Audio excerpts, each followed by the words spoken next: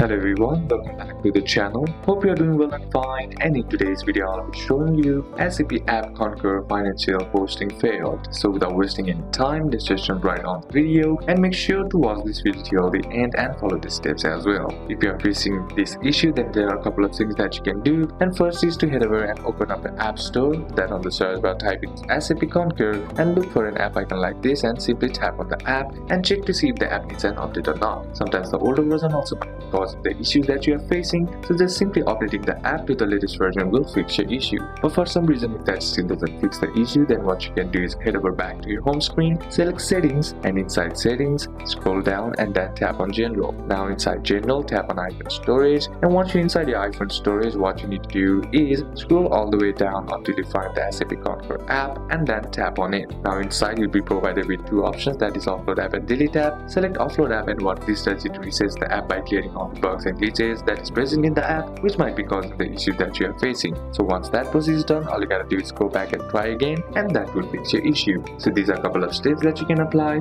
and that's it for today's video, guys. Hope this video was useful to you. Leave a like if it did, comment down any questions that you have, and see you soon on the next one.